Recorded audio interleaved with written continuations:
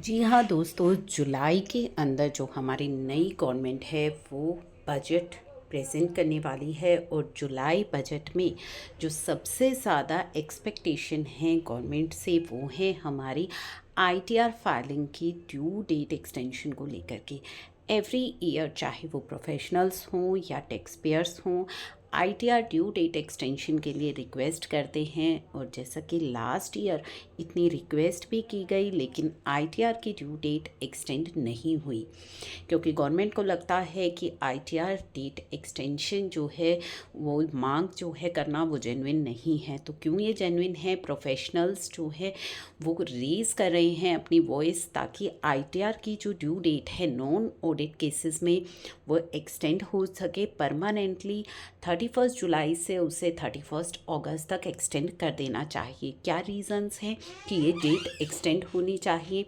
तो जी हाँ दोस्तों, आईटीआर फॉर्म्स तो आपको अवेलेबल करवा दिए जाते हैं 1 अप्रैल को, लेकिन प्रैक्टिकली उन आईटीआर फॉर्म्स को फाइल करना पॉसिबल नहीं होता। क्यों पॉसिबल नहीं होता? क्योंकि 1 अप्रैल को आईटीआर फॉर्म्स आ गए लेकिन आपका एआईएस और टीआईएस अपडेट नहीं होता।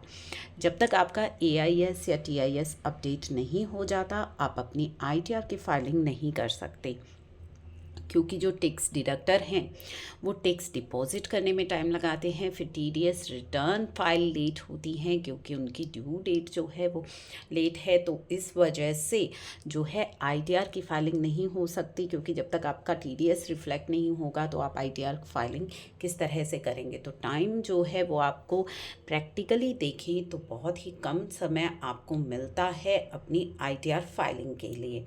तो जिसकी वजह से जो है ये वॉइस रेस की जा रही है कि जो आपकी आईटीआर फाइलिंग की डेट है वो परमानेंटली 31 अगस्त तक एक्सटेंड कर देनी चाहिए, क्योंकि प्रैक्टिकली 45 डेज से भी कम समय रहता है आपके पास आपकी आईटीआर फाइलिंग के लिए।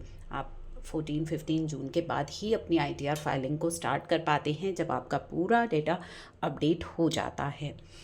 तो ये जो है रीज़न्स, मेजर रीज़न्स है और मेजर कंसर्न है जिनको गवर्नमेंट को समझना चाहिए और आपके लिए जो है इस बार एक्सटेंशन आनी चाहिए। तो अभी तक का अगर डेटा देखें तो 50 लाख आईटीआर फाइल हो चुकी हैं, डेटा 100 लाख आईटीआर अभी फाइलिंग पेंडिंग है। तो हर साल एक्सटेंशन की डिमांड करना और उसके बाद एक्सटेंशन ना मिलना, तो इस तरह की ये जो परेशानियां हैं इनका एक ही सॉल्यूशन है कि आईटीआर की डेट को परमानेंटली एक्सटेंड कर देना चाहिए। तो आपकी क्या राय है वो कमेंट बॉक्स में ज़रूर शेयर करिएगा, ताकि आपकी ये जो चीज़ें हैं वो आगे तक शेयर हों और गवर्नमेंट इस चीज़ पर डिसीज़न ज़रूर ले।